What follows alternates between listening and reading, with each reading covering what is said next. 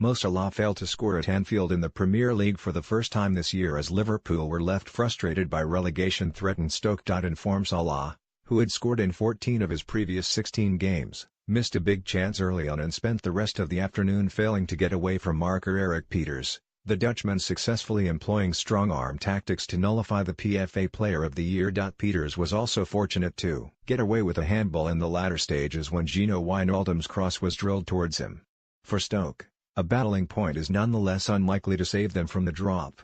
Now 12 games without a win, they must beat Crystal Palace and Swansea in their final 2 matches and hope other results go their way. Their hearts must have sunk when Jurgen Klopp named Virgil van Dijk, Jordan Henderson, Missouri Salah and Roberto Firmino in his starting lineup instead of resting them for Wednesday's Champions League semi-final second leg against Roma. Danny Ings replaced Sadio Mane, left out as a precaution for the European tie, and Trent Alexander-Arnold was given an unfamiliar role in midfield. After 6 minutes, the visitors received a most surprising let-off when Salah uncharacteristically missed the target when put through one-on-one by Jordan Henderson. The Egyptian, who has 43 goals this season, did everything right as Stoke goalkeeper Jack Butland was caught in 2 minds, but his dinked finish floated just past the left-hand post. There was a buzz of disbelief around Anfield that Salah hadn't scored given his sizzling recent form.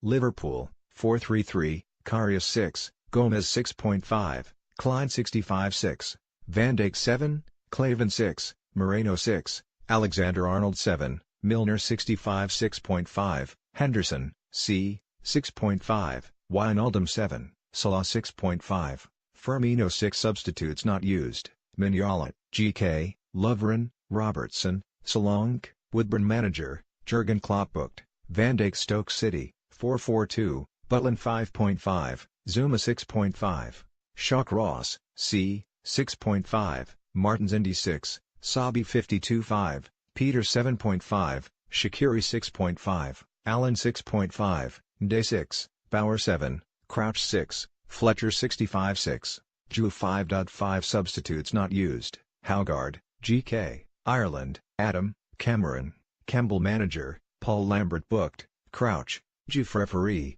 Andre Mariner 6.5. The error slowed Liverpool's momentum and Stoke were presented with 2 decent chances, first when Mame Diouf headed into the side netting from a Moritz Bauer cross and then when Peter Crouch just failed to convert Shaqiri's low cross as he slid in. After the excitement of Tuesday's 5-2 win against Roma, this was much harder going for Liverpool. Their only shot on target in the first half came from Alexander-Arnold, who forced a fine save from Butland. The Stoke keeper was less impressive however when he allowed the ball to squirm from his body as he came out for a routine take. Pieters had to foul Salah to make amends and Stoke were fortunate the Egyptian then curled the resulting free kick wide. It was a frustrating afternoon for Salah, who was followed by Pieters everywhere he went. Both the player and Liverpool fans complained about the left-back's physicality, but Andre Mariner was largely impressed.